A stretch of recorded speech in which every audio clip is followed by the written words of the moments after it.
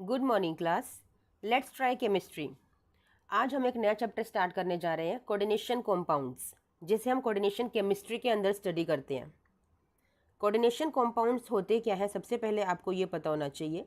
जैसे कि आपको वर्ड से समझ में आ रहा होगा कि कोई तरह के कॉम्पाउंड्स हैं जिनमें कुछ कोऑर्डिनेशन हो रहा है ना। इस कोऑर्डिनेशन से मतलब क्या होता है, आपने छोटी क्लासेस में एक बॉन्ड पढ़ा होगा, कोऑर्डिनेट बॉन्ड। ठीक है, कोऑर्डिनेट बॉन्ड क्या होता है, जिसमें एक ही कोई एटम है, फॉर एन एग्जांपल। ठीक है, कोई एक ही एटम है आपका, ठीक है, उसके पास जब लोन पेयर्स होते हैं, वो दूसरे एटम को अपने ये दोनों के दोनों लोन पेयर्स डोनेट करता है। इसमें इसका कोई रोल नहीं होता, रोल इन द सेंस इसमें इलेक्ट्रॉन्स का कोई यहाँ पे ना लेना है ना देना है इसको। ठीक है, इसको सिर्फ क्या मिल रहा है, इलेक्ट्रॉन्स मिल रहे हैं। तो ये पूरे के पूरे दो इलेक्ट्रॉन्स यानी कि एक पेयर जब डोनेट करता है, ठीक है, इस शेयरिंग को हम लोग जो भी बॉन्ड बनता है ना, इस एक पेयर के इलेक्ट्रॉन को डोनेट करने से इस शेयरिंग वाले इलेक्ट्रॉन्स को हम लोग बोलते हैं कोऑर्डिनेट बॉन्ड, क्योंकि कोऑर्डिनेशन से बना है। कोऑर्डिनेट किसने किया, हमारे ए और बी ने कोऑर्डिनेट किया, तो ये कोऑर्डिनेट बॉन्ड इसको बोला जाता है, जहाँ पे एक जो इलेक्ट्रॉन है आपका और दूसरा भी जो इलेक्ट्रॉन है वो एक ही एटम है जो डोनेट करता है। समझ में आ गया। नॉर्मली आप क्या देखते हो बच्चा, नॉर्मली आप लोग देखते हो, सपोज कीजिए for an example, very basic example, आपके पास सोडियम है, क्लोराइड है, क्लोरीन है, इसके पास 11 इलेक्ट्रॉन्स होते हैं, 1 एक्स्ट्रा है इसके पास 17 इलेक्ट्रॉन्स होते हैं। ठीक है, इसके पास आउटर मोस्ट में कितने होते हैं, 7 इलेक्ट्रॉन्स होते हैं। ठीक है, इसके पास एक एक्स्ट्रा है, डोनेट करना है। ठीक है, इसके पास एक कम है, इसको एक्सेप्ट करना है, क्योंकि इसका कॉन्फ़िगरेशन है 281, इसका कॉन्फ़िगरेशन है 287। जैसे ही इसको इसका एक ले लिया जाएगा, इसका ऑक्टेट कंप्लीट हो जाएगा, ये अपने आप को स्टेबल फील करेगा। जैसे ही इसको कोई एक दे देगा, इसका ऑक्टेट कंप्लीट हो जाएगा और ये भी स्टेबल फील करेगा। ऐसा ही होता है। इस वजह से ही जब ये डोनेशन होता है तो एक शेयरिंग होती है इलेक्ट्रॉन्स की। इस शेयरिंग को हम इस शेयरिंग को हम लोग बोलते हैं कोवलेंट बॉन्ड। ठीक है, यहाँ पे कोवलेंट बॉन्ड का फॉर्मेशन होता है शेयरिंग के वजह से। जब ये इलेक्ट्रॉन का कंप्लीट ट्रांसफर हो जाता है, तब यहाँ पे पॉजिटिव चार्ज आता है और यहाँ पे नेगेटिव चार्ज आता है। तब हम बोलते हैं कि कौन सा बॉन्ड बना है, आपका आयनिक बॉन्ड बना है, क्योंकि आपने आयन्स को फॉर्म किया। समझ में आया। अब आपने जो केस देखा है वो केस क्या है कि जो मेटल्स हैं, क्योंकि हम डी ब्लॉक की सीरीज को स्टडी कर रहे हैं, है ना, आपने इससे पहले डी ब्लॉक एलिमेंट्स का मेरा वीडियो देखा है। तो डी ब्लॉक एलिमेंट्स के जो मेटल्स होते हैं, वो मेटल्स क्या करते हैं बच्चा, उनके पास जो लोन पेयर होता है पूरा का पूरा, क्योंकि डी ब्लॉक एलिमेंट्स आपको पता है ना, इनके पास डी ऑर्बिटल्स होते हैं, उनमें बहुत सारे अनपेड इलेक्ट्रॉन्स पड़े रहते हैं। ठीक है, तो उनमें जो कोई एक पेयर होगा वो कंप्लीट ट्रांसफर होता है, कंप्लीट ट्रांसफर, कंप्लीट डोनेशन कहो या कंप्लीट शेयरिंग कहो। दूसरे वाले मेटल का या दूसरे वाले लीगेंड का यहाँ पे कोई रोल नहीं है, वो सिर्फ इलेक्ट्रॉन लेने के लिए या शेयर करने के लिए आता है। और शेयर भी मतलब ये कुछ दे नहीं रहे, तो एक तरह से आप कहोगे कि ये लेने के लिए ही आता है। शेयरिंग तो वहाँ पे ये बात हो गई। आप शेयरिंग को तो ऐसे समझते हो ना अभी तक, कि शेयरिंग का मतलब क्या है कि इसके पास भी इलेक्ट्रॉन है, इसके पास भी इलेक्ट्रॉन है, आपस में शेयर कर लिया। बट यहाँ पे नो शेयरिंग, यहाँ पे सिर्फ क्या हो रहा है बच्चा, यहाँ पे ये अपने दोनों के दोनों कंप्लीट पेयर को डोनेट कर रहा है। तो इस तरह के बॉन्ड को हम ऐसे ही बनाते हैं एरो के साथ, इसी को बोलते हैं कोऑर्डिनेट बॉन्ड।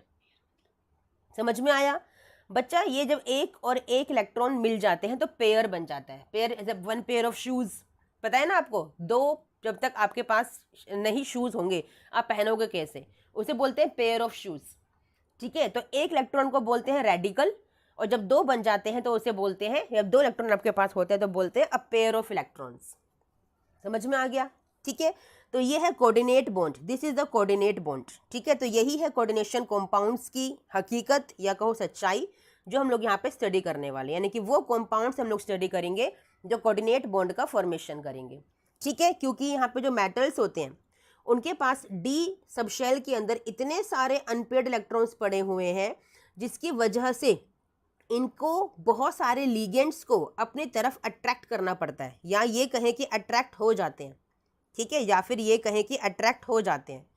और अब आपने एक बात सोची, नहीं सोची क्या, हम अभी तक क्या पढ़ते आ रहे थे कि मेटल्स के पास एक्स्ट्रा इलेक्ट्रॉन्स होते हैं और वो डोनेट करते हैं, जिसकी वजह से उन पर पॉजिटिव चार्ज आता है। समझ में आया। लेकिन यहाँ आप क्या देख रहे हो कि मेटल के पास तो डी सब शेल में एक्स्ट्रा इलेक्ट्रॉन्स पड़े हुए हैं माना, लेकिन ये पेयरिंग करना चाहते हैं, उसे डोनेट करना नहीं चाहते, तो इसी वजह से कोऑर्डिनेट बॉन्ड बनाते हैं कि भैया मेरा पूरा इलेक्ट्रॉन आपको नहीं देना है मुझे, मैं तो आपसे शेयरिंग करूँगा। तो जो लीगेंड आते हैं वो इलेक्ट्रॉन्स को यहाँ पे मेटल से शेयर करने के लिए आते हैं, जिसकी वजह से ये कोऑर्डिनेट बॉन्ड बनता है इस तरह से। ठीक है, जो अभी तक आपने देखा कि मैंने एरो ये वाला बनाया, जी नहीं, आपका एरो कैसा बनेगा, आपका एरो ऐसा बनेगा, क्योंकि मेटल है जो इलेक्ट्रॉन्स को डोनेट या शेयर कर रहा है लीगेंड्स के साथ। ठीक है, इस तरह के बॉन्ड को बोलते हैं कोऑर्डिनेट बॉन्ड।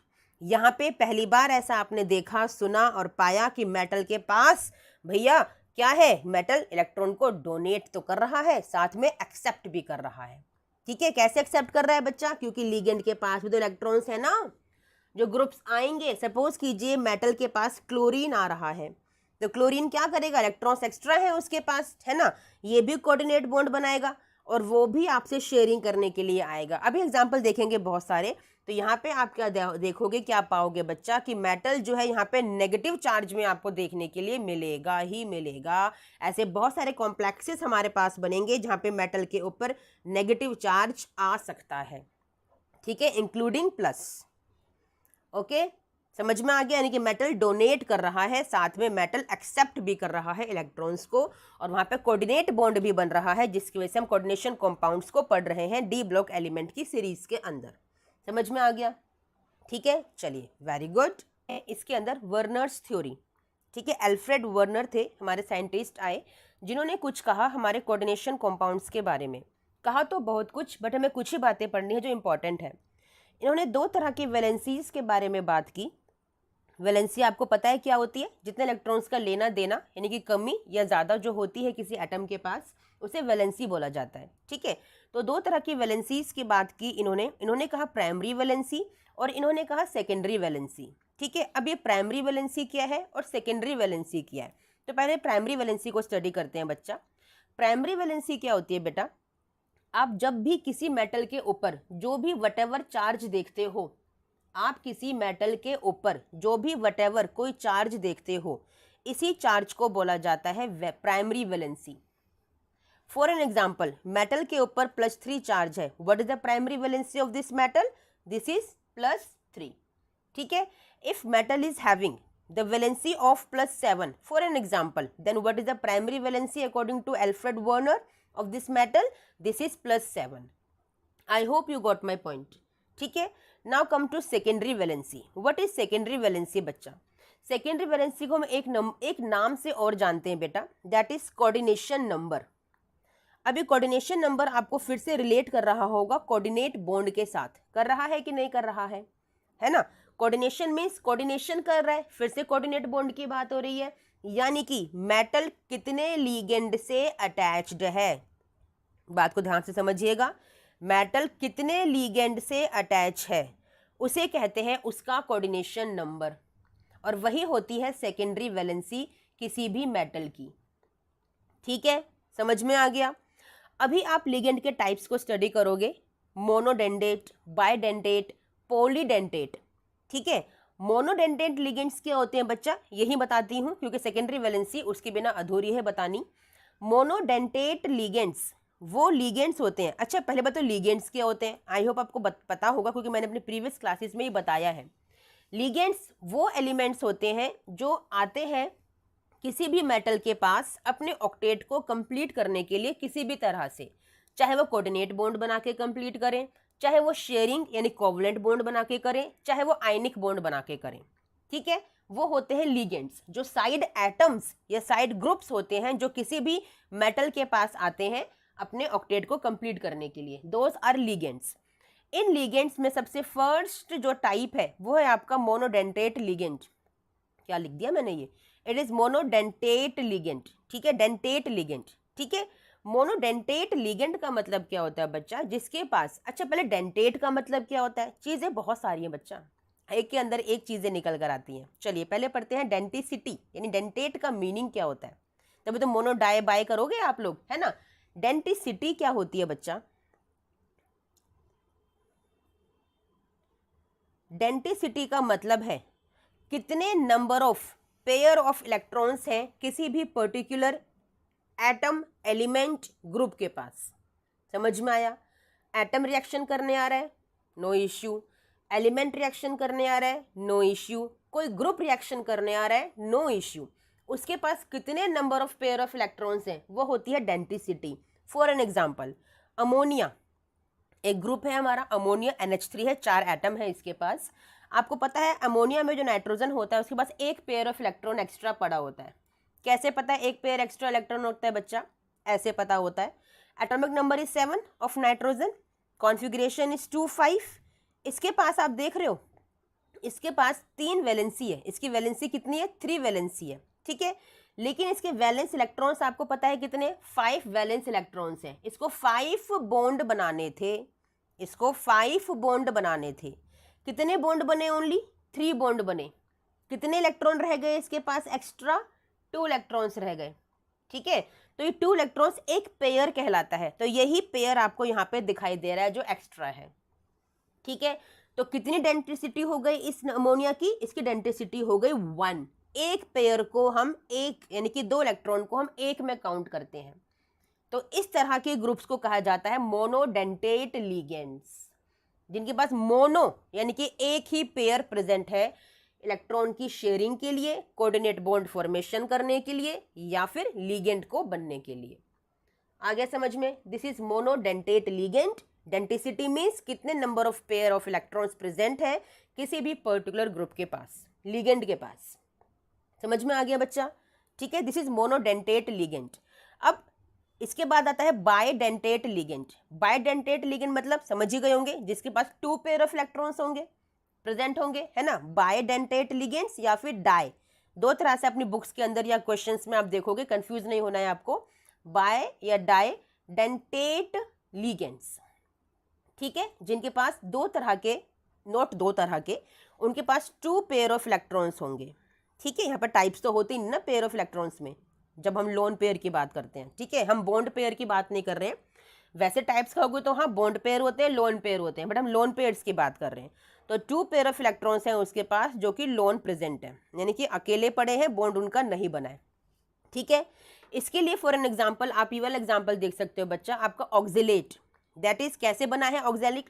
अच्छा, ऑक्जेलिक एसिड का नाम सुना होगा आपने, that is COOH and COOH आपने अपने प्रैक्टिकल्स में भी किया होगा। यहाँ पे .2H2O भी आता है, ठीक है, हमें उससे मतलब नहीं है। जब हम इनका एक एक H रिमूव कर देते हैं, जब हम इनका एक एक H रिमूव कर देते हैं तो H क्या गया है? अपना पॉजिटिव चार्ज, यानी कि ऑक्सीजन क्या था? इलेक्ट्रोनेगेटिव एलिमेंट था। हाइड्रोजन पे बेचारे पे एक ही इलेक्ट्रॉन था, वो खींच लिया इसने, तो इसके पास क्या आ गया? नेगेटिव चार्ज आ गया। तो जो ये एंटिटी आपकी बनी है ये एक लिगेंड की तरह काम करेगा। क्यों लिगेंड की तरह काम करेगा बच्चा? क्योंकि इसके पास आप देख रहे हो ये 2 नेगेटिव चार्ज आपको दिखाई दे रहे हैं। नेगेटिव चार्ज का मतलब क्या है कि एक इलेक्ट्रॉन यहाँ है और एक इलेक्ट्रॉन यहाँ है, यानी कि ये पेयर्स आपको दिखाई दे रहे हैं। तो इसके पास 2 पेयर ऑफ इलेक्ट्रॉन्स प्रेजेंट है। बेटा नेगेटिव का मतलब क्या होता है? एक्स्ट्रा इलेक्ट्रॉन्स ना, वो डोनेट करने के लिए जा रहा है। एक्स्ट्रा का मतलब क्या है? उन्होंने बॉन्ड नहीं बना रखा किसी से। नेगेटिव चार्ज का मतलब यही तो होता है कि उसने इलेक्ट्रॉन एक्सेप्ट किया हुआ है, एक्स्ट्रा है उसके पास, तो वो लोन पेयर्स होते हैं। अब देखो आपको दिख रहा होगा यहाँ पे 2 पेयर्स आपको दिख रहे हैं, तो ये क्या हो गया? Bidentate ligand. तो उसकी डेंसिटी कितनी हो गई? 2। डेंसिटी कितनी हो गई? 2 डेंसिटी हो गई, ठीक है, समझ में आ गया? चलिए वेरी गुड। अब इसके बाद ट्राई, टेट्रा, पेंटा, बहुत सारे हैं, हेक्सा, हेप्टा, ठीक है। हम इसको उन सबको करते हैं पॉलीडेंटेट लिगेंड में कंसिडर करते हैं, ठीक है। पॉलीडेंटेट लिगेंड्स इनमें कंसिडर किया जाता है। क्या होते हैं पॉलीडेंटेट लिगेंड्स? जिन आप समझ ही गए होंगे, 2 से ज्यादा। 1 तो मोनो बोल दिया, 2 को हमने डाई या बाय बोल दिया, तो 2 से ज्यादा जिसके पास होंगे, यानी कि 3 और 3 से ज्यादा पेयर जिसके पास होंगे उन्हें बोलते हैं polydentate ligands. For an example आपके पास है EDTA, बहुत सुना होगा EDTA के बारे में। इसकी फुल फॉर्म क्या होती है? इथाइलिन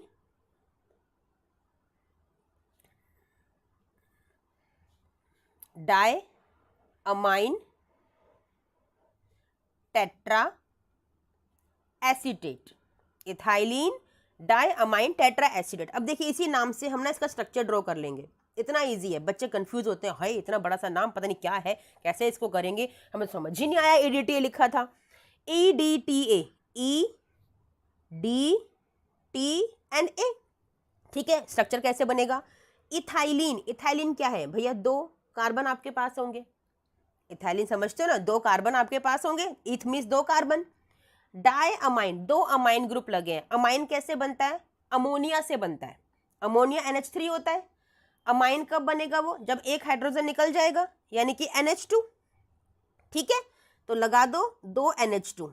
अब ये दोनों बॉन्ड तो होंगे ना, इथाइलिन है, कार्बन कार्बन का बॉन्ड आपस में होगा, और इन दोनों के पास क्या लगे हैं, एक एक अमाइन ग्रुप लग गया है, तो हो गया डायअमाइन। आया समझ में।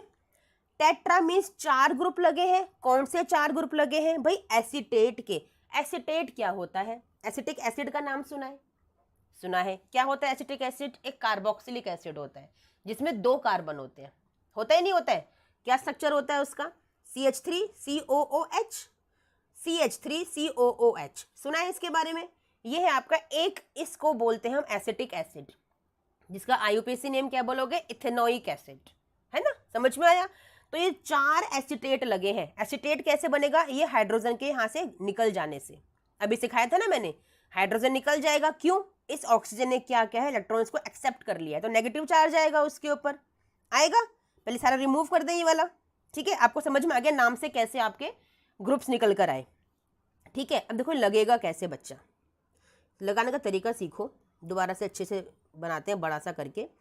ये है आपके पास 2 कार्बन, दोनों के पास है NH2, दोनों के पास है, इसका बनाते हैं ऊपर NH2, ठीक है, समझ में आ गया। अब इनके पास है 4 एसीटेट ग्रुप। कैसे लगेंगे 4 एसीटेट ग्रुप भाई, सोचो जरा। CH3COO नेगेटिव, ठीक है। अब आपको पता है CH3COO नेगेटिव ये आपका एसीटेट ग्रुप है। अब इस कार्बन की तो चारों वैलेंसी कंप्लीट है, तो एक हाइड्रोजन निकालना पड़ेगा यहाँ से, तो अटैच होगा इस वाले कार्बन से, ये आएगा CH2COO नेगेटिव, आएगा कि नहीं आएगा। देखो बच्चा कैसे हुआ बेटा, फिर से बताते हैं आपको। ये हटा दो अभी के लिए, इतना समझ में आ गया, ठीक है। इसको भी हटा दो, इतना समझ में हमें आ गया। और इतना हमें यहाँ पे दिखाई दे रहा है कि जो ये कार्बन मेरे पास है ना, इसकी 2 वैलेंसी अभी फ्री है, 2 वैलेंसी फ्री दिख रही है, ठीक है। अब क्योंकि 2 वैलेंसी फ्री है, हमारे पास था एसिटिक एसिड CH3COOH, मैंने कहा ये हाइड्रोजन निकल जाएगा और आपको बना के देगा CH3COO नेगेटिव, बन गया एसिटेट। अब यही एसिटेट तो अटैक करने के लिए आ रहा है, क्योंकि लिगेंड बन गया है ना, क्योंकि इसके पास क्या है, एक्स्ट्रा पेयर ऑफ इलेक्ट्रॉन्स हैं, तो यहाँ पे आके क्या लगेगा, क्योंकि वो क्या था, CH3COO नेगेटिव था बच्चा, इस कार्बन की चारों वैलेंसी कंप्लीट थी, क्योंकि 3 हाइड्रोजन और एक कार्बन लगा हुआ था। अब जब इसको इस कार्बन से अटैच होना है तो एक हाइड्रोजन निकालना पड़ेगा ना, तो इसीलिए क्या आके लगेगा, CH2COO नेगेटिव। आया समझ में, ठीक है। अब एक वैलेंसी और फ्री है, तो एक और आके लग जाएगा CH2COO नेगेटिव, ठीक है। एक और आके लग जाएगा CH2COO नेगेटिव, और एक और आके लग जाएगा CH2COO नेगेटिव। अच्छा, जरा जो ये अजीब सा स्ट्रक्चर आपको दिख रहा है, क्या इसका नेमिंग कर सकते हो, क्या ये वही है जो हमने अभी देखा था, हमने कहा था ethylene diamine tetra acetate, ethylene diamine tetra acetate, ठीक है। आपको दिख रहा है, आप तो खुश हो गए, हाँ यही हो रहा है। लेकिन बच्चा आपने ये नहीं सोचा, मैंने कहा इथाइलिन सिर्फ 2 कार्बन की चेन है, क्या ये 2 कार्बन की चेन दिख रही है तुम लोगों को, ये 2 कार्बन की चेन बनी, इस कार्बन से लगा दिए हम लोगों ने सारे, मैंने जानबूझ के गलत किया है बेटा, क्योंकि आप एग्जाम में यही गलती करके आओगे, आप इसी कार्बन से सारे लगाओगे। कहीं इथाइलिन की 2 कार्बन की चेन रह गई, ये तो 4 कार्बन की चेन बन गई, इट इज 4 कार्बन चेन, ये तो इथाइलिन है ही नहीं, तो कहाँ लगेंगे एसीटेट, कहाँ लगेंगे एसीटेट, यस नाइट्रोजन पर जाके लगेंगे बच्चा, यस नाइट्रोजन पे जाके लगेंगे। क्यों, भाई लोन पेयर है उसके पास, उसे भी तो शेयर करने हैं, क्यों नहीं करने हैं। और पहली बात तो हाइड्रोजन है, सबसे बड़े निकाल दो हाइड्रोजन को। अगर लोन पेयर हम नहीं निकाल रहे हैं, वो नहीं दे रहा है, उसकी मर्जी, मैं नहीं दे रहा लोन पेयर्स, तो भाई ये देखो ना, ये दो NH2 इस तरह से थे इसके पास, ठीक है ना। सबसे बेटर है ना कि हाइड्रोजन को निकाल के भगाएगा। ये लोन पेयर है इस नाइट्रोजन के पास, ठीक है ना, तो ये हाइड्रोजन को भगा देगा यहाँ से, भागो भागो भागो, ठीक है। क्या आके लगेगा इसके पास, CH2 COO negative, CH2 COO negative, CH2 COO negative, and the fourth one CH2 COO negative. This is ethylene diamine tetra acetate. समझ में आया स्ट्रक्चर। अब ये क्यों है पॉलीडेंडेट, भाई ये यूं है पॉलीडेंडेट क्योंकि 1 पेयर, 2 पेयर, 3, 4, 5 एंड 6 पेयर्स। इसको हेक्साडेंडेट लीगेंड भी बोला जाता है क्योंकि ये एक पॉलीडेंटेट लीगेंड है। आई होप मेरा इतना समझाने से समझ में आ गया। मैंने एक स्ट्रक्चर पे इतना टाइम आपको इसीलिए दिया है बच्चा, क्योंकि एग्जाम में आपको लीगेंड के रूप में ये बहुत कई तरह से आपको दिखाई देगा, कई तरह से। अभी एक टाइप और बताऊंगी इसका, अभी मैं, इतना इंपॉर्टेंट है एग्जाम में, ये बहुत तरह से लिख के आपको दिखाई देता है, आपके बुक्स के अंदर भी लिखा दिखाई देगा, ठीक है। समझ में आया, ओके। चलिए क्वेश्चंस करेंगे तो और चीजें समझ में आपको EDTA समझ में आ गया, यानी कि आप पॉलीडेंटेट लीगेंड समझ गए, ठीक है। चलिए वापस आते हैं सेकेंडरी वैलेंसी पे, ठीक है। सेकेंडरी वैलेंसी, प्राइमरी वैलेंसी आपको समझ में आ चुकी है। Now what is secondary valency. Secondary valency वो होती है जिसमें हम लोग कोऑर्डिनेशन नंबर को काउंट करते हैं। कोऑर्डिनेशन नंबर का मतलब कितने कोऑर्डिनेट बॉन्ड बने हुए हैं, कितने कोऑर्डिनेट बॉन्ड बने हुए हैं, ठीक है। जैसे मेटल के पास मैंने कहा अगर 4 लीगेंड आए हैं तो हम क्या कहेंगे कि ये क्या है, आपके 4 इसका कोऑर्डिनेशन नंबर हो गया, क्योंकि 4 कोऑर्डिनेट बॉन्ड बन रहे हैं तो ये 4 कोऑर्डिनेशन नंबर हो गया। यानी कि कितनी सेकेंडरी वैलेंसी हो गई इस मेटल की, 4 सेकेंडरी वैलेंसी हो गई। लेकिन लीगेंड पे भी डिपेंड करता है भाई कि वो मोनोडेंटेट है, वो बायडेंटेट है, या वो पॉलीडेंटेट है। क्योंकि जितने, अब बताती हूँ exact definition of secondary valency, कि कितने number of pair of electrons आ रहे हैं किसी मेटल के पास, यानी कि कौन कितने लीगेंड कितने पेयर ऑफ इलेक्ट्रॉन्स को लेके आ रहा है, ठीक है। हमें लीगेंड से मतलब नहीं है, हमें मतलब है पेयर ऑफ इलेक्ट्रॉन से। मेटल के पास कितने पेयर ऑफ इलेक्ट्रॉन्स आ रहे हैं वो उसका कोऑर्डिनेशन नंबर है, यानी कि वो उसकी सेकेंडरी वैलेंसी है in short. For an example बच्चा, फॉर एन एग्जांपल बहुत इंपॉर्टेंट है, एग्जाम में क्वेश्चन आता है यहां से। कोई मेटल है उसके पास 2 लीगेंड आए, आपने देखते बोल दिया अरे ये तो भैया कौन सा है, डेंसिटी 2 है इसकी, और ये तो आपका सेकेंडरी वैलेंसी में आएगा, और इसकी वैलेंसी कितनी हो गई, सेकेंडरी वैलेंसी कितनी हो गई, 2 हो गई। लेकिन क्या आपको पता है अगर मैंने इसको यहाँ पे EDTA लगा दिया तो क्या अब भी सेकेंडरी वैलेंसी 2 है। चलो ये मैंने माना, मैंने अमोनिया आपको दिया था, ये मोनोडेंटेट लिगेंड था, मैंने आपको अमोनिया दिया, आपके पास एक पेयर आया तो आपने कहा यहाँ पे तो 1 वैलेंसी हो गई। क्या यहाँ पे EDTA लगने से क्या 2 वैलेंसी हो जाएंगी सेकेंडरी, कैसा होगा बच्चे, कितनी वैलेंसी होती है इसकी, कितने number of pair of electrons है, 6, तो कितनी सेकेंडरी वैलेंसी हो गई, 7, 1 यहां से और 6 यहां से। किसी मेटल की कितनी सेकेंडरी वैलेंसी हो गई, 6 पेयर यहां से आ रहे हैं और 1 पेयर यहां से आ रहा है, तो कितने हो गए, 7 पेयर। तो सेकेंडरी वैलेंसी क्या हो गई बच्चा, 7 हो गई। समझ में आ गया। और मेटल के ऊपर सपोज कीजिए +4 चार्ज आ रहा है, तो प्राइमरी वैलेंसी क्या हो गई, प्राइमरी वैलेंसी हो गई 4, और सेकेंडरी वैलेंसी क्या हो गई कि कितने number of pair of electrons आ रहे हैं उसके पास लिगेंड के साथ, वो है आपका सेकेंडरी वैलेंसी। ठीक है, समझ में आ गया, ठीक है बच्चा। चलिए वेरी गुड। ये सब कहा आपके अल्फ्रेड वर्नर ने, ये उनकी कही हुई कहानियां थी जो कि सच है, कहानियों की तरह मत पढ़िएगा इसको, सच बात है। ठीक है, समझ में आ गया। कोऑर्डिनेशन कॉम्प्लेक्स, ठीक है, आप लोगों ने अपनी बुक के अंदर बहुत बड़े बड़े कॉम्प्लेक्सेस को देखा होगा। कॉम्प्लेक्सेस का मतलब क्या होता है कि ऐसे कंपाउंड्स जो आपको इतने बड़े स्क्वायर ब्रैकेट में दिखाई देते हैं। फॉर एन एग्जाम्पल यहाँ पे कुछ लिखा हुआ है इस तरह से, ठीक है ना, फॉर एन एग्जाम्पल, और यहाँ पे भी कुछ लिखा है आपका, ठीक है, फॉर एन एग्जाम्पल ऐसे करके कुछ लिखा हुआ है, ठीक है। तो इस पूरे को, जो स्ट्रक्चर आपने बना हुआ देखा अपनी आंखों के सामने, इसे हम बोलते हैं कोऑर्डिनेशन कॉम्प्लेक्स। इस कोऑर्डिनेशन कॉम्प्लेक्स में हमारे कुछ नेम्स होते हैं, हमने अलग अलग सबको कुछ ना कुछ नेम दे रखा है। जो आपको स्क्वायर ब्रैकेट के अंदर जो भी एंटिटी दिखाई देगी, इस पूरे स्क्वायर ब्रैकेट के अंदर जो भी एंटिटी आपको दिखाई देगी, इसको बोला जाता है कोऑर्डिनेशन स्फीयर। ये नाम आपको पता होने चाहिए, एग्जाम में नहीं पूछेगा कोई, बट वाइवा के लिए इंपॉर्टेंट है बेटा, और आपकी नॉलेज के लिए तो है ही कि you should know if you are studying coordination compounds. ठीक है, this is known as coordination sphere. इस कोऑर्डिनेशन स्फीयर के बाहर जो आपको एंटिटी दिखाई देगी, जरूरी नहीं है कि हमेशा दिखाई देगी, बट जब भी दिखाई देगी, इसको बोला जाता है आयोनाइजेशन स्फीयर। क्या बोला जाता है बच्चा? Ionisation sphere. समझ में आ गया? ठीक है, ये तो आपको पता है ये लिगेंड होते हैं, दीज आर लिगेंड्स जो अटैच होने के लिए आ रहे हैं। ठीक है, और ये है आपका metal, it is known as central metal. Central metal भी पहचानना आपको आना चाहिए, दिस इज सेंट्रल मेटल। समझ में आ गया? अब सपोज कीजिए यहाँ पर कोई वटेवर कोई भी चार्ज है, तो ये कौन क्या होता है? ये ऑक्सीडेशन नंबर कहलाता है किसी भी मेटल का, या फिर आपको मैंने भी पढ़ाया था नेक्स्ट अपनी प्रीवियस वीडियो में, इसको प्राइमरी वैलेंसी कहा जाता है। ठीक है, और कितने लिगेंड अटैच है, कितने number of pair of electrons के साथ, वो number of pair of electrons को कहा जाता है डेंसिटी, यानी कि वो क्या हो जाता है, उसका सेकेंडरी वैलेंसी हो जाता है। किसका सेकेंडरी वैलेंसी हो जाता है? इस मेटल का सेकेंडरी वैलेंसी हो जाता है। समझ में आ गया?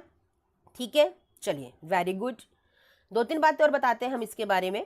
ये तो पूरा आपका था कोऑर्डिनेशन किसी भी कॉम्प्लेक्स के बारे में कि उसमें क्या क्या चीज़ें होती हैं। आपको 2 तरह के कॉम्प्लेक्सेस देखने के लिए मिलेंगे बेटा, होमोलैप्टिक कॉम्प्लेक्सेस एंड हेट्रोलैप्टिक कॉम्प्लेक्सेस। बड़ा इजी सा मीनिंग है, बट बच्चे इसका आंसर नहीं कर पाते। ठीक है, होमोलैप्टिक एंड हेट्रोलैप्टिक कॉम्प्लेक्सेस। ठीक है, क्या मतलब है? होमो से मतलब समझ रहे हो, होमो मतलब एक जैसा। भाई 9th क्लास से, उसी प्रीवियस क्लास से, बचपन से पढ़ते आ रहे हो। होमोजिनस क्या मीन्स? एक जैसा, जिसमें आप डिफ्रेंशिएट ना कर पाओ। तो होमोजिनस यानी कि होमोलैप्टिक वर्ड वहां से निकल कर आया है। होमो का मतलब ऐसा मेटल जिसके पास एक ही तरह के लिगेंड्स हैं, कोई डिफरेंट लिगेंड नहीं है उसके पास, दैट इज होमोलैप्टिक लिगेंड, यानी कि होमोलैप्टिक कॉम्प्लेक्स।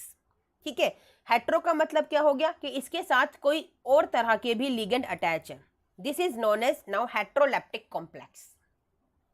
समझ में आ गया? जब एक ही तरह के लिगेंड प्रेजेंट होंगे किसी मेटल के पास, तो उसे बोला जाएगा होमोलैप्टिक कॉम्प्लेक्स। और जब 2 तरह के या एक से ज्यादा टाइप्स के अगर लिगेंड्स प्रेजेंट होंगे, तो उसको बोला जाएगा हेट्रोलैप्टिक complexes. Understood I hope?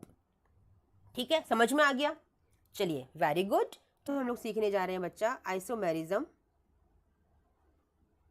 In coordination compounds. ठीक है, आइसोमेरिज्म से बहुत अच्छे से आप लोग समझते हो, जो आइसोमर्स बनाते हैं। ठीक है ना, यानी कि structural formula is different only, but molecular formula is same. ठीक है, वो आपके आइसोमर्स होते हैं और उस फिनोमेनन को हम आइसोमेरिज्म बोलते हैं। आपको यहाँ पे 2 तरह के आइसोमेरिज्म पढ़ने हैं बेटा। फर्स्ट आपको पढ़ना है stereoisomerism, stereoisomerism, okay, and second type you have to study, that is structural isomerism.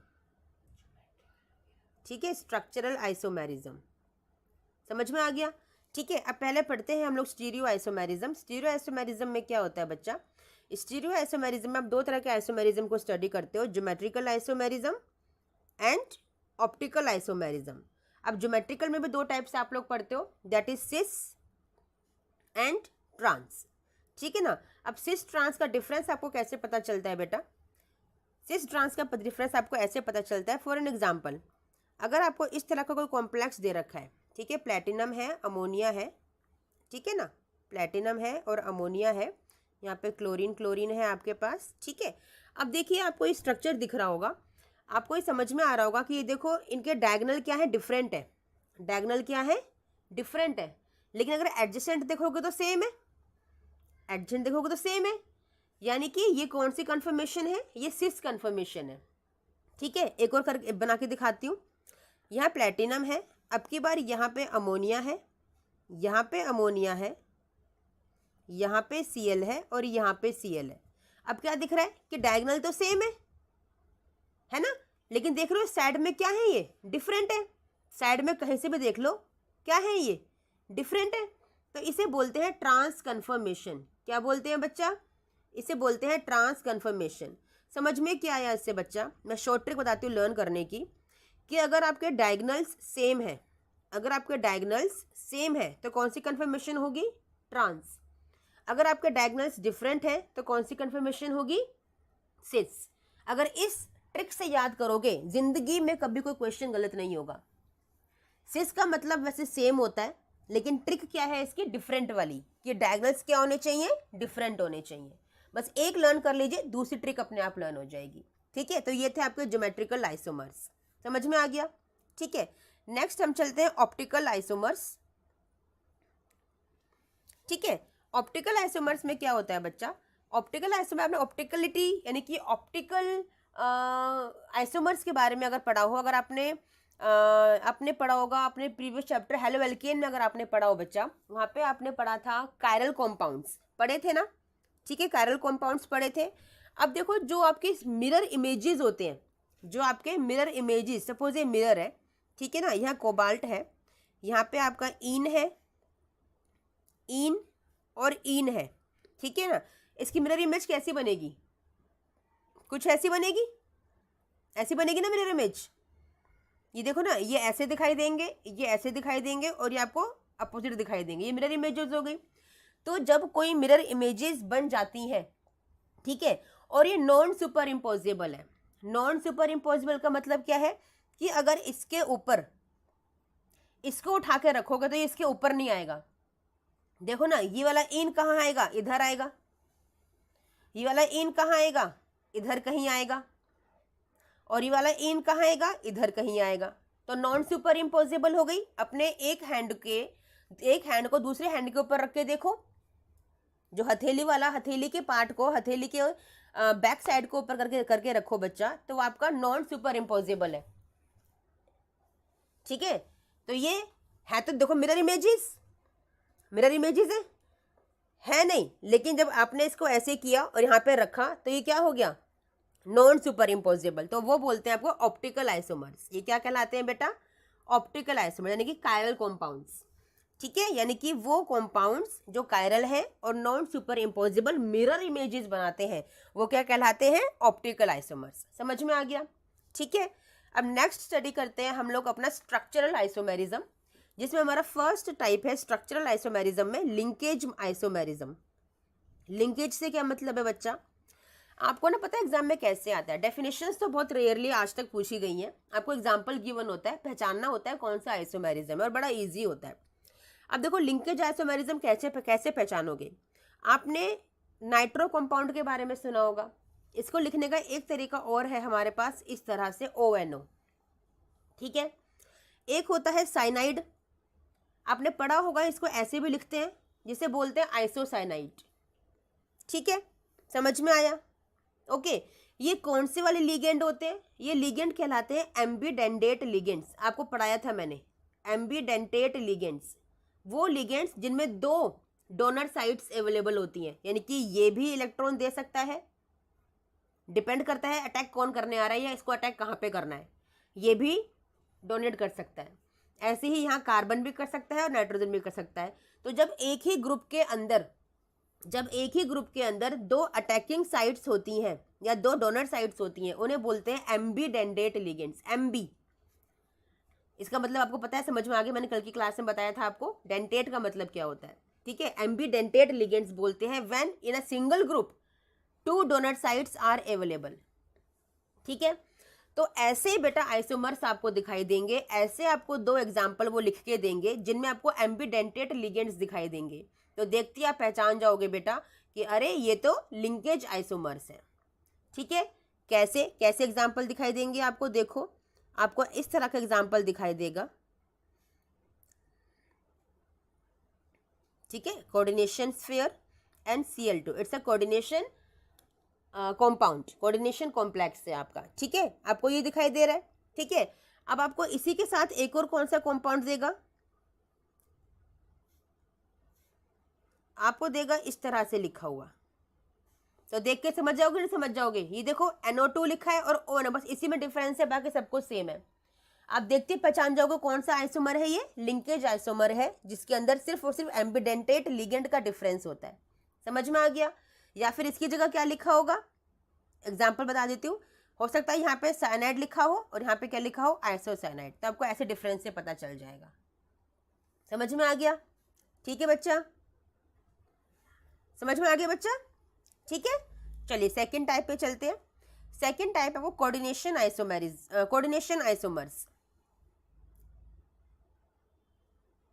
Coordination isomers. अब कोऑर्डिनेशन आइसोमर का मतलब क्या है बच्चा? इसमें आपको किस तरह के आइसोमर्स दिखाई देंगे?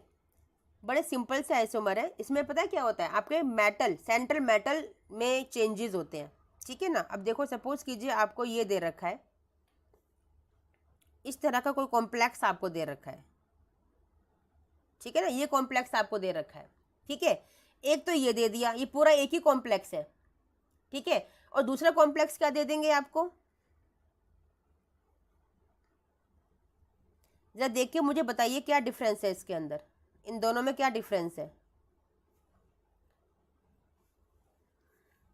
यस बच्चा, इन दोनों में डिफरेंस है कि आपको जो मेटल्स हैं वो एक्सचेंज हो गए हैं, दिख रहा है ना, आपके सिर्फ जो मेटल्स एक्सचेंज हो गए हैं, या क्या कह सकते हो कि लिगेंड एक्सचेंज हो गए हैं। बात तो एक ही है, बात तो एक ही है। तो मतलब जहां पे एक्सचेंज हो जाए, या तो आपका सेंट्रल मेटल एटम समझ लो या आपके लिगेंड का समझ लो, और है सब कुछ सेम, है सब कुछ दोनों में सेम, देख लो। इसे बोलते हैं कोऑर्डिनेशन। कोऑर्डिनेट किया है, बस सिंपल कोऑर्डिनेट बॉन्ड बना हुआ है और कोऑर्डिनेशन कर रखा है, कोई चेंज नहीं हुआ, सब कुछ सेम है, बस उन आपस में एक्सचेंज हो गए हैं। दिस इज कोऑर्डिनेशन आइसोमेरिज्म, ठीक है। इन्हें बोलते हैं कोऑर्डिनेशन आइसोमर्स। अंडरस्टूड? ठीक है, चलिए नेक्स्ट है आपका आयोनाइजेशन आइसोमेरिज्म। अब आयोनाइजेशन आइसोमर्स कौन से होते हैं, कुछ समझ में आ रहा होगा, आयोनाइज होना है ना। आयोनाइज कैसे हो रहे हैं बच्चा, मतलब आयोनाइजेशन स्फीयर में डिफरेंस है, खाली वहां पे चेंजेस आ रहे हैं। देखो क्या होता है आयोनाइजेशन स्फीयर, पता है, जो बाहर होता है कोऑर्डिनेशन स्फीयर से, है ना। ये आपको कोऑर्डिनेशन स्फीयर आपको कोई दे रखा है, ठीक है ना। एक ये कॉम्प्लेक्स आपको दे रखा है और एक कॉम्प्लेक्स आपको ये दे रखा है,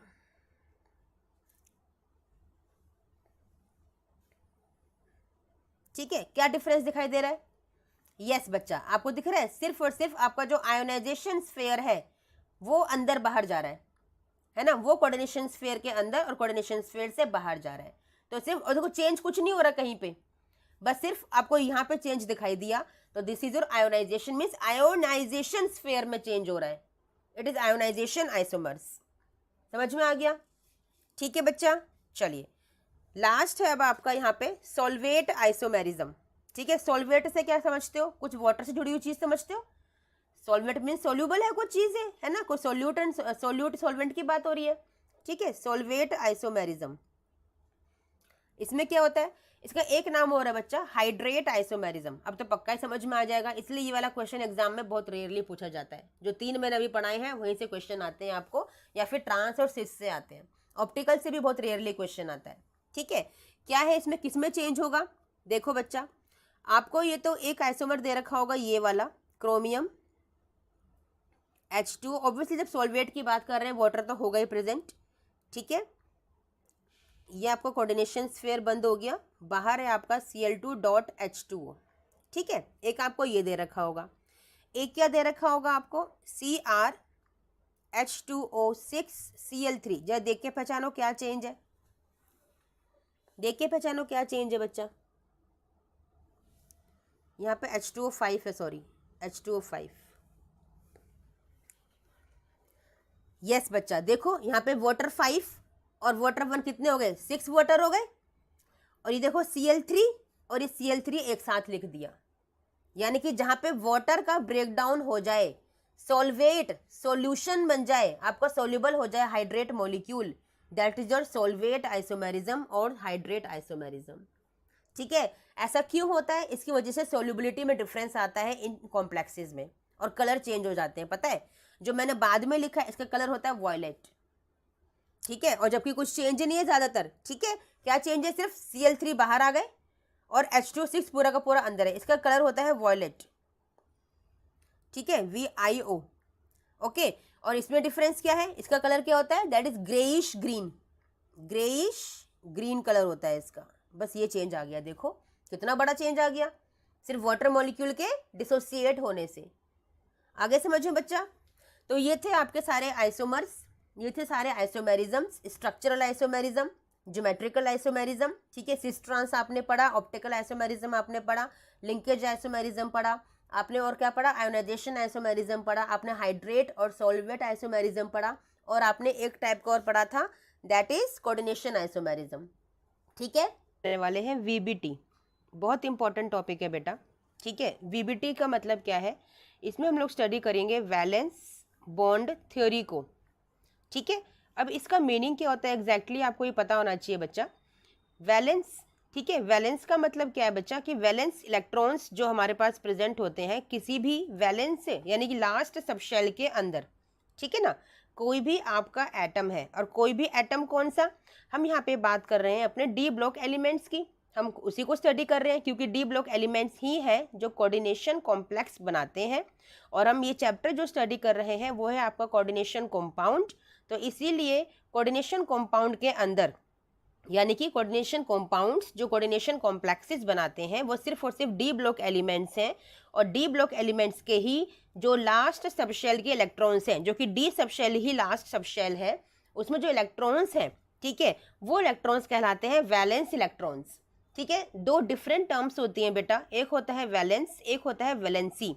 वैलेंस का मतलब होता है, सपोज कीजिए किसी भी एटम का कॉन्फ़िगरेशन है D8, ठीक है, तो D8 का मतलब क्या हुआ, D8 का मतलब हुआ कि उसके लास्ट सबशेल में आपके पास 1 2 3 4 5 6 7 8 इस तरह से वैलेंस इलेक्ट्रॉन्स हैं आपके पास। तो कितने वैलेंस इलेक्ट्रॉन्स हैं, टोटल 8 वैलेंस इलेक्ट्रॉन्स हैं, यानी कि लास्ट सबशेल में जितने इलेक्ट्रॉन्स होते हैं वो वैलेंस इलेक्ट्रॉन्स कहलाते हैं। ठीक है, वैलेंसी का मतलब क्या होता है कि कितने इलेक्ट्रॉन्स की कमी या ज़्यादा है उसके पास, जिसकी वजह से लॉस या गेन ऑफ इलेक्ट्रॉन होगा, यानी कि डोनेशन होगा और एक्सेप्ट होगा। ठीक है, अब देखो कितने इलेक्ट्रॉन्स की कमी है इसके पास, 2 इलेक्ट्रॉन्स की कमी है, 2 अगर इसे कहीं से मिल जाए तो इसका D10 कॉन्फ़िगरेशन हो जाएगा, तो इसकी वैलेंसी क्या हो गई, वैलेंसी हो गई 2। ये डिफरेंस होता है वैलेंस इलेक्ट्रॉन्स और वैलेंसी में। तो हम जो यहाँ पे स्टडी करेंगे इस वीबीटी के अंदर वो वैलेंस इलेक्ट्रॉन्स को स्टडी करेंगे, हमें इस वैलेंसी से कोई मतलब नहीं होगा। समझ में आ गया बच्चा? ठीक है, हम सिर्फ और सिर्फ वैलेंस इलेक्ट्रॉन्स को स्टडी करेंगे। ठीक है, अब बॉन्ड का क्या मतलब है, जब वैलेंस इलेक्ट्रॉन्स हैं तो ऑब्वियसली वो बॉन्ड बनाएंगे किसी ना किसी के साथ, तो उसी बॉन्डिंग को हमें स्टडी करना है अपनी इस थ्योरी के अंदर। कौन बॉन्डिंग की, किसकी बॉन्डिंग की बात कर रहे हैं, वो बॉन्डिंग की बात कर रहे हैं जो कि वैलेंस इलेक्ट्रॉन्स बनाने वाले हैं, किसके साथ, आपके लिगेंड्स के साथ। और ये वैलेंस इलेक्ट्रॉन्स कहाँ पे प्रेजेंट होंगे, आपके सेंट्रल मेटल के पास। समझ में आ गया? ठीक है, तो ये है वीबीटी का मतलब, जो आपको सबसे पहले पता होना चाहिए इसके अंदर की बातों को स्टडी करने से पहले। ठीक है, I hope you all have understood. ठीक है, अब देखिए इस वीबीटी के अंदर हम ना कुछ शेप्स, कुछ स्ट्रक्चर्स, कुछ ज्योमेट्रीज को हम लोग स्टडी करेंगे बच्चा। ठीक है, वीबीटी एक्चुअली जब देखो ना, आप खुद सोच के देखो, जब वैलेंस इलेक्ट्रॉन्स बॉन्ड बनाएंगे, है ना, जब वैलेंस इलेक्ट्रॉन्स बॉन्ड बनाएंगे तो बॉन्ड की वजह से कोई ना कोई शेप या स्ट्रक्चर बनने वाला है ना, बनने वाला है। और आपने एक टर्म स्टडी किया होगा अपनी प्रीवियस क्लासेस में, that is hybridisation. 11th class में आपने स्टडी किया होगा।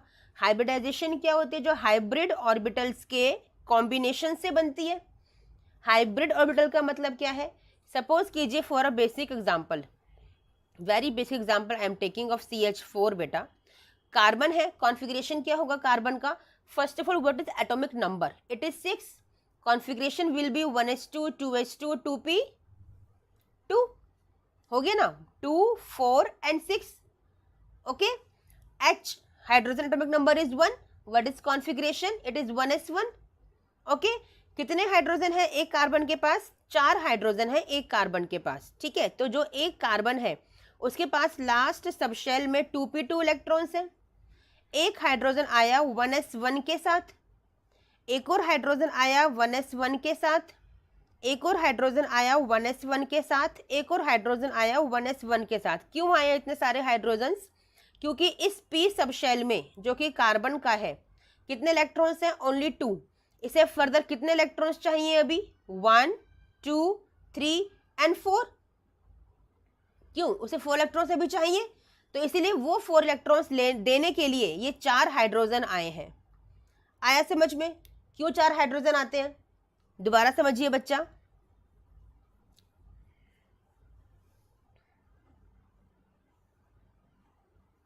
देखिए, कार्बन के पास 2p2 लास्ट सब शेल है, इतना समझ में आया। 2p2 का मतलब क्या है? p को देखिए खाली, p में 3 सब शेल्स 3 ऑर्बिटल्स होते हैं, ठीक है। 3 ऑर्बिटल्स के अंदर आपके पास 2 इलेक्ट्रॉन्स हैं ओनली, ठीक है ना।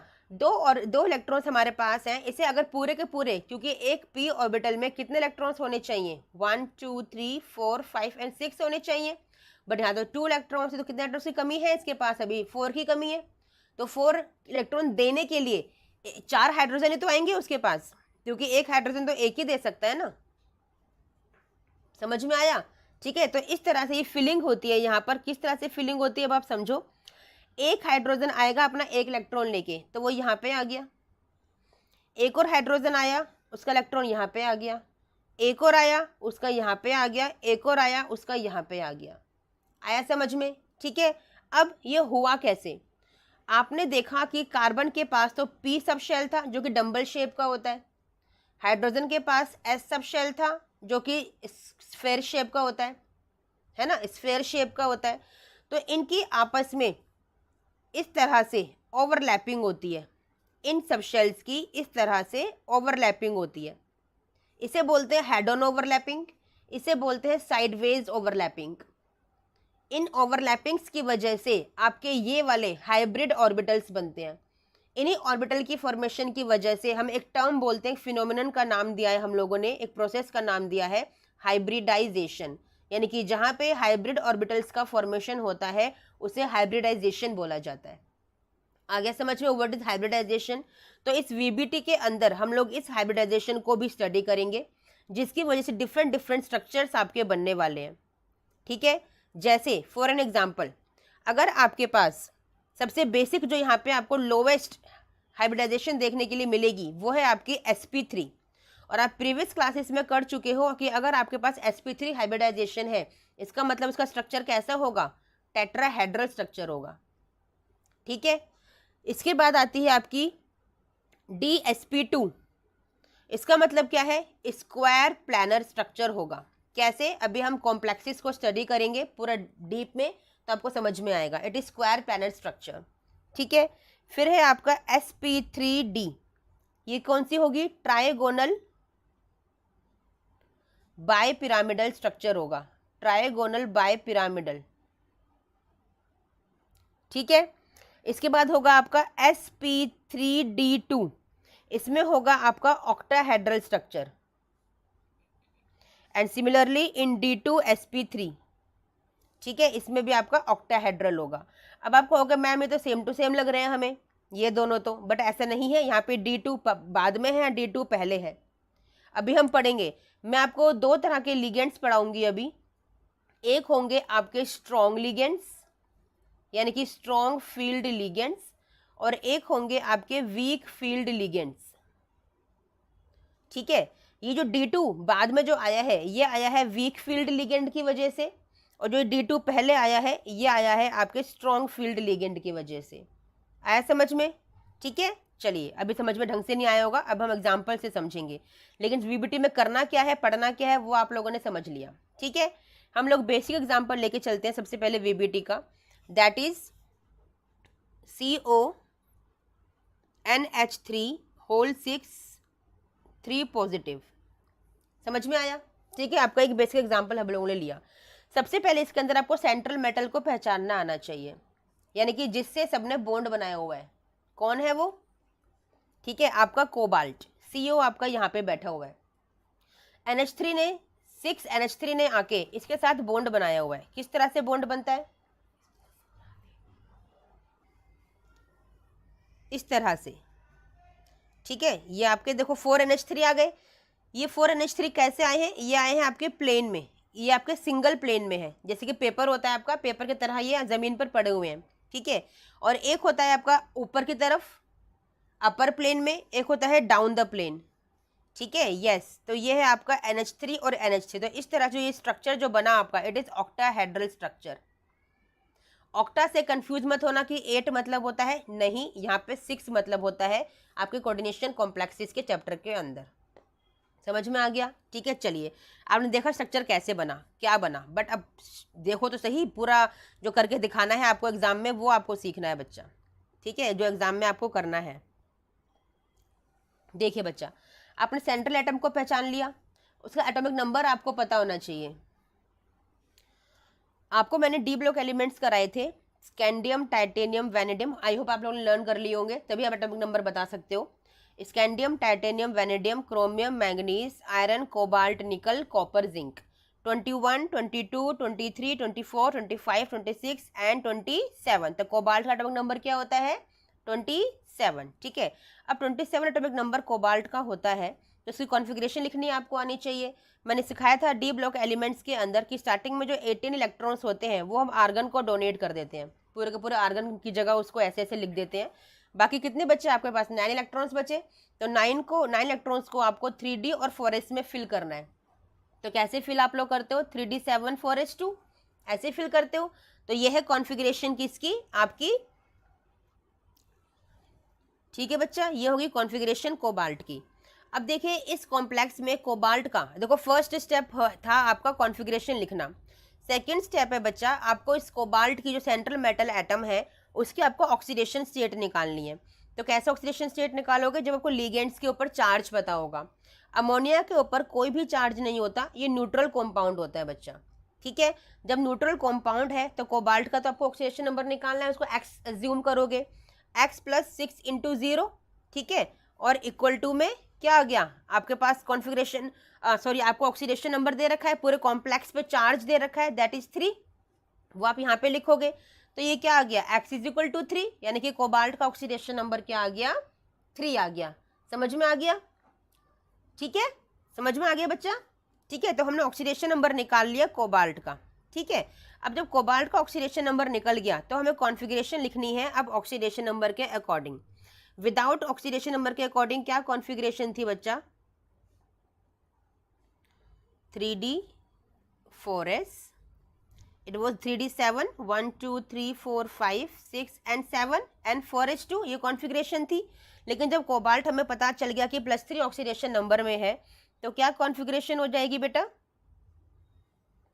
आपको मैंने बताया था सबसे पहले इलेक्ट्रॉन्स कहाँ से निकलते हैं?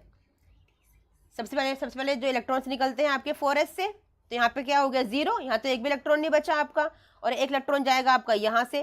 तो कितना इलेक्ट्रॉन, सॉरी आपका इलेक्ट्रॉन जाएगा यहाँ भी तो है ना, आपका इलेक्ट्रॉन जाएगा यहाँ से। ठीक है, तो आपको कॉन्फ़िगरेशन हो गया 1 2 3 4 5 एंड 6, 3 इलेक्ट्रॉन्स आपने दे दिए।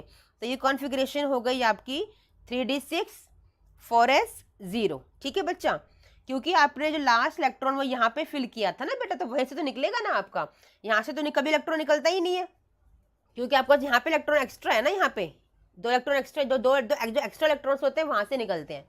ठीक है, चलिए आपको इतना समझ में आ गया बेटा। अब देखिए बेटा, अब जब हमने कॉन्फ़िगरेशन लिख लिया कोबाल्ट 3+ का, अब नंबर आता है इन लीगेंड का, क्योंकि जब लीगेंड बॉन्ड बनाने के लिए आए हैं,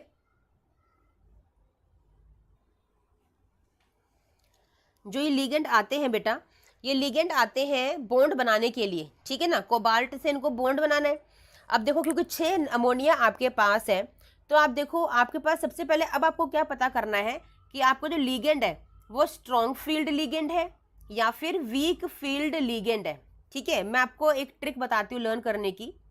आपके पास कार्बन मोनोऑक्साइड यानी कि कार्बोनिल, साइनाइड, ठीक है, और आपका अमोनिया, ठीक है, ये आपके आते हैं वीक फील्ड लिगेंड के अंदर। आप चाहो तो अपनी एनसीईआरटी में देख सकते हो, पेज नंबर 132 पे है बेटा, जिसे स्पेक्ट्रोकेमिकल सीरीज के नाम से जाना जाता है।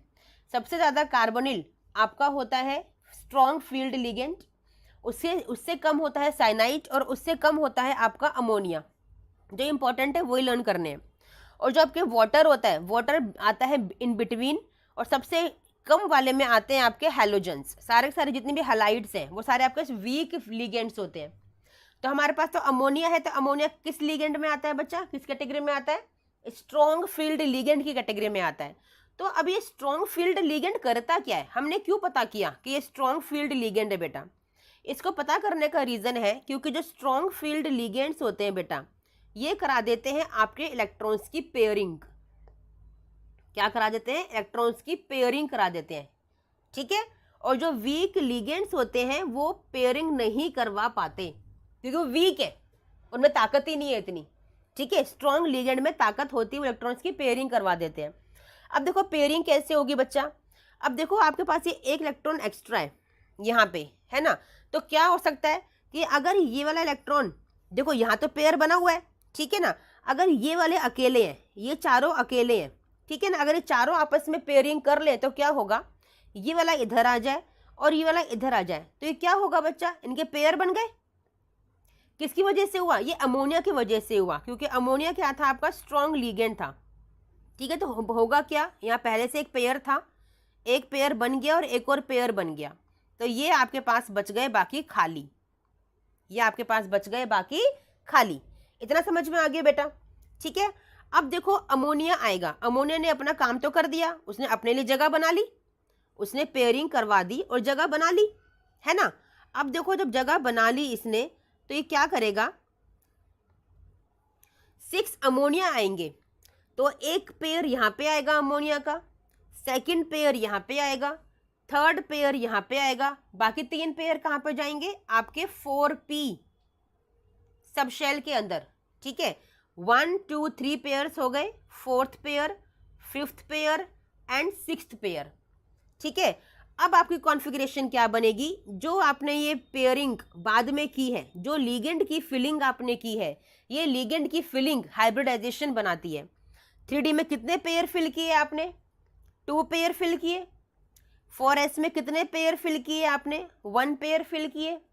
4p में कितने पेयर फिल किए आपने? 3 पेयर फिल किए। तो क्या कॉन्फ़िगरेशन हो गई?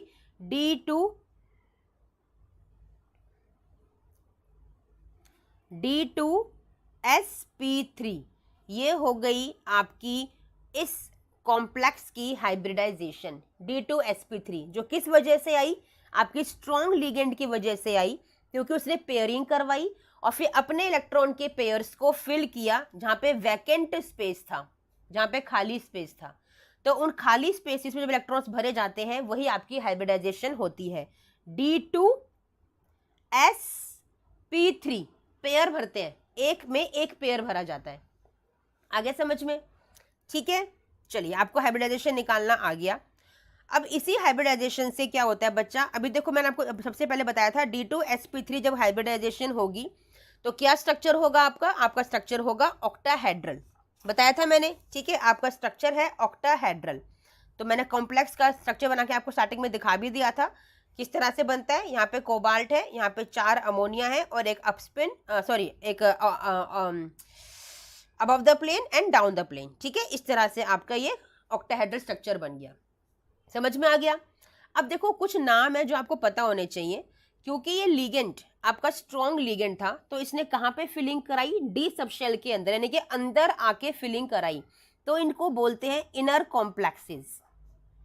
क्या बोलते हैं? Inner complexes. किनको बोलते हैं? इस कॉम्प्लेक्स को बोलोगे इनर ऑर्बिटल कॉम्प्लेक्स या फिर इनर कॉम्प्लेक्स, है ना। इनर ऑर्बिटल कॉम्प्लेक्स या फिर इनर कॉम्प्लेक्स। अब क्योंकि जो आपके ये स्ट्रॉन्ग लिगेंड कॉम्प्लेक्सेस होते हैं, ये लो स्पिन कराते हैं, स्ट्रॉन्ग होते हैं ना। पेयरिंग हो गई, जब पेयरिंग होगी तो स्पिन तो कम हो गई, इनकी स्पिन लो हो गई क्योंकि सारे पेयर्ड हो गए, तो इनको लो स्पिन कॉम्प्लेक्सेस भी बोलते हैं, क्योंकि इनकी स्पीड कम हो जाएगी, अब इनकी स्पिन लो हो जाएगी क्योंकि सारे पेयर्ड हो गए, तो इसे इन्हें बोला जाता है लो स्पिन कॉम्प्लेक्सेस। एक बात और पूछी जाती है आपसे कि इनका मैग्नेटिक नेचर क्या है। तो मैग्नेटिक नेचर कैसे बताओगे? अगर इलेक्ट्रॉन्स आपके पेयर्ड हो गए सारे के सारे, तो आपका कौन सा नेचर होता है? तो ये कहलाते हैं डायामैग्नेटिक। लेकिन अगर आपके इलेक्ट्रॉन्स अनपेयर्ड रह जाते हैं तो, यानी कि अगर एक भी इलेक्ट्रॉन अनपेयर्ड है तो वो क्या कहलाता है? That is paramagnetic. तो आई होप आपको समझ में आ गया होगा कि ये कॉम्प्लेक्स कैसा है, क्योंकि सारे ही आपको पेयर्ड दिखाई दे रहे हैं, तो दिस इज डायामैग्नेटिक कॉम्प्लेक्स। आगे समझ में बच्चा? ठीक है।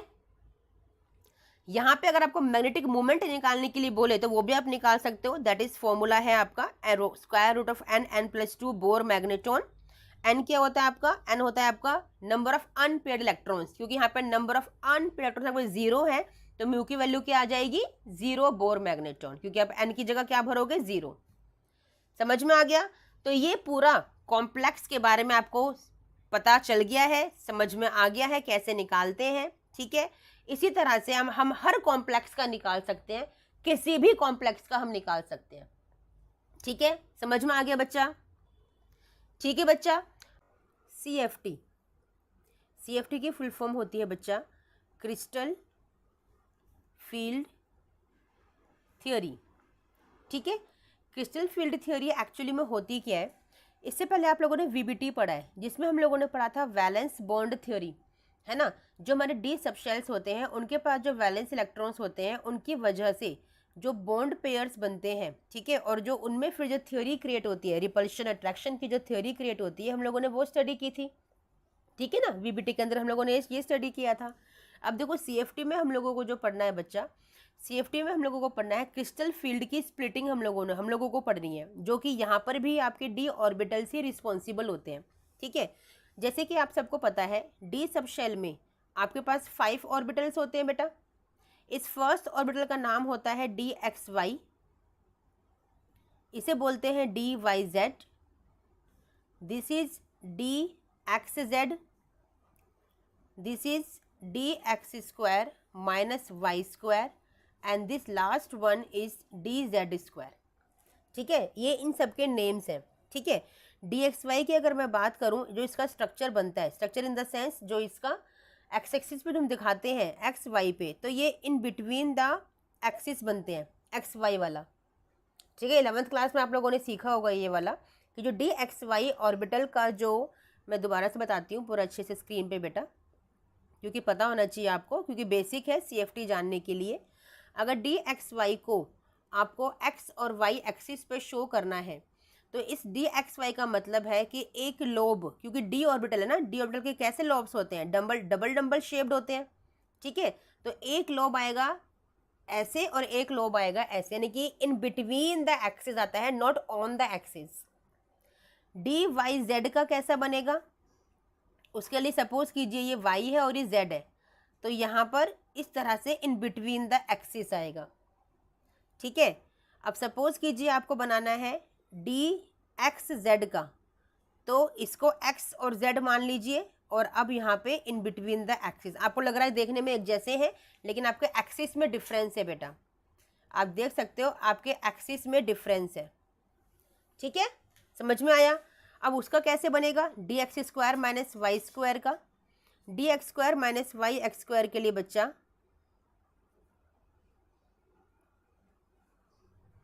अब क्योंकि ये X square minus Y square है, तो एक्स वाई एक्सिस पे ये ऑन द एक्सिस बनते हैं, ये वाले इस तरह से। ओके बच्चा, अब देखिए DZ स्क्वायर का कैसे बनेगा। अब क्योंकि डबल शेप होता है और हमारे पास सिर्फ Z एक्सिस है, सिर्फ Z एक्सिस है हमारे पास, तो कैसे बनेगा, एक डंबल ऐसे आएगा और एक डंबल आएगा लेटरल, ऐसे हॉरिजॉन्टल, जो हमें यहाँ से देखने में लगता है कि सर्कल है। ठीक है, एक इस तरह से और एक आपका ऐसे, तो हमें कैसे लगेगा सामने से देखने पर कि ये कोई सर्कल है या पॉइंट है। तो इस तरह से बनता है DZ स्क्वायर का। ठीक है, तो अब जो आपने ये 5 ऑर्बिटल्स देखे, DXY, DYZ, DXZ, DX square minus Y square, DZ square, ये आपको याद होने चाहिए, क्योंकि इन्हीं की स्प्लिटिंग की स्टडी हम लोगों को यहाँ पे करनी है बेटा। We have to study the splitting of these 5 orbitals, DXY, DYZ, DZX, DX square minus Y square and DZ square. ठीक है, इन्हीं की स्टडी हम लोगों को करनी है यहाँ पे। ठीक है बच्चा, देखिए इनकी स्प्लिटिंग इस तरह से होती है। जब हम ऑक्टाहेड्रल फील्ड को स्टडी करते हैं, 2 तरह की फील्ड आप यहाँ पे स्टडी करोगे बेटा, एक आपको स्टडी करनी है ऑक्टाहेड्रल फील्ड और एक आपको स्टडी करनी है टेट्राहेड्रल फील्ड। क्या डिफरेंस है इनमें, अगर कोई मेटल आपका 6 लिगेंड के साथ लगा हुआ है तो वो आता है ऑक्टाहेड्रल। आपको पता है ना 6 के लिए ऑक्टाहेड्रल का स्ट्रक्चर बनता है। ठीक है, इस तरह से बनता है ना, ये मेटल है, लिगेंड लिगेंड लिगेंड लिगेंड, ये हो गया स्क्वायर प्लानर, और एक अपर अबव द प्लेन और एक डाउन द प्लेन, तो ये बनता है आपका ऑक्टाहेड्रल। ठीक है, ये है आपका ऑक्टाहेड्रल के लिए 6 लिगेंड आपके पास होने चाहिए। टेट्राहेड्रल के लिए जब आपके पास लिगेंड 4 होते हैं तो ये बनता है टेट्राहेड्रल कॉम्प्लेक्स। तो आपको क्वेश्चन में गिवन होगा, अगर ये 6 लिखा है तो it means you have to draw octahedral structure. Octahedral के लिए आप यूलर डायग्राम बनाओगे जो मैं सिखाने जा रही हूँ। अगर आपको 4 लिगेंड दे रखे हैं तो आप बनाओगे टेट्राहेड्रल के लिए। समझ में आ गया, 4 से टेट्रा और 6 से ऑक्टाहेड्रल। तो सबसे पहले हम लोग सीख रहे हैं बच्चा ऑक्टाहेड्रल फील्ड के लिए। ठीक है, स्प्लिटिंग हो रही है तो आपके जो 3 ऑर्बिटल्स हैं ये नीचे स्प्लिट हो जाते हैं, इनका नाम होता है T2G। तीनों का नाम है T2G ऑर्बिटल्स। ठीक है, बाकी जो 2 बचे हैं वो ऊपर स्प्लिट होते हैं, इनका नाम होता है EG। नीचे वाला कौन सा आया, DXY, DYZ और DXZ। ठीक है ना, शुरू वाले 3 आ गए, बाद वाले 2 यहाँ पर आए हैं, DX² - Y² and DZ²। Is it clear to you? ठीक है, DX² - Y²। ओके, ये वाला DX² - Y² एंड DZ²। ठीक है, क्लियर? चलिए अब देखिए, जो आपको सेंटर में दिखाई दे रहा है बच्चा, ये सेंटर में दिख रहा है ना आपको, ये होता है आपका बैरी सेंटर। ये पूरा इक्वली डिवीजन होता है यहाँ पे, it is a barycentre. ठीक है, अच्छा ये डिवीजन भी पता है डिपेंड करता है बच्चा, जैसे कि आप लोगों ने सीखा होगा 11th क्लास में कि जो नीचे के जो ऑर्बिटल्स होते हैं, सबसे नीचे जो ऑर्बिटल्स बनते हैं ये अपनी लो एनर्जी में होते हैं, लो एनर्जी को स्टेबल स्टेट में है, और जो ये आपके ऊपर चले गए हैं ऑर्बिटल्स, ये आपके हाई एनर्जी में आ गए हैं। ठीक है, और हाई एनर्जी में जाने की वजह से ये वाले ऑर्बिटल्स आपके अनस्टेबल हो जाते हैं, और जो इलेक्ट्रॉन्स यहाँ पे जब पूरे इलेक्ट्रॉन्स की फिलिंग हो जाएगी 6 के 6 इलेक्ट्रॉन्स की, उसके बाद 7th इलेक्ट्रॉन आपका यहाँ पर जाके जंप करेगा जो कि अपनी हाई एनर्जी के अंदर होगा। ओके, इसका मतलब यही होता है बच्चा। ठीक है, चलिए अब हम लोग सीखते हैं इलेक्ट्रॉन्स की फिलिंग को करना, क्योंकि आपके लिए वही इंपॉर्टेंट है बच्चा। एग्जाम में आपको यही डायग्राम ड्रॉ करने के लिए आएगा इलेक्ट्रॉन्स की फिलिंग के साथ। ठीक है,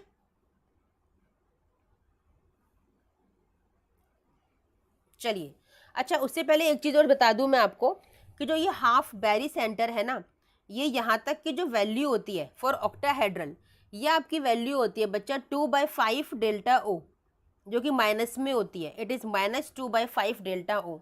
और जो अपर जो हाई एनर्जी EG वाला जो आपको दिख रहा है बैरी सेंटर से, इसकी वैल्यू होती है +3/5 डेल्टा O। अभी डेल्टा O क्या है, ये O का मतलब है ऑक्टाहेड्रल, और डेल्टा आपको बताता है ऑक्टाहेड्रल फील्ड की स्प्लिटिंग, यानी कि CFSE, crystal field splitting energy. CFSE crystal field theory पढ़ रहे हो, CFT पढ़ रहे हो, तो क्रिस्टल फील्ड की स्प्लिटिंग की जो एनर्जी है वो बताता है आपको ये डेल्टा O। ऑक्टाहेड्रल फील्ड के लिए कितनी क्रिस्टल फील्ड की स्प्लिटिंग एनर्जी होनी चाहिए, ये वो डेल्टा O का मतलब है यहाँ पे। ठीक है, तो -2/5 डेल्टा O एंड प्लस का 3/5 डेल्टा O आया समझ में?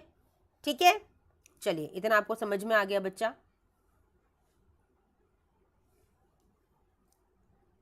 ठीक है, +3/5 डेल्टा O।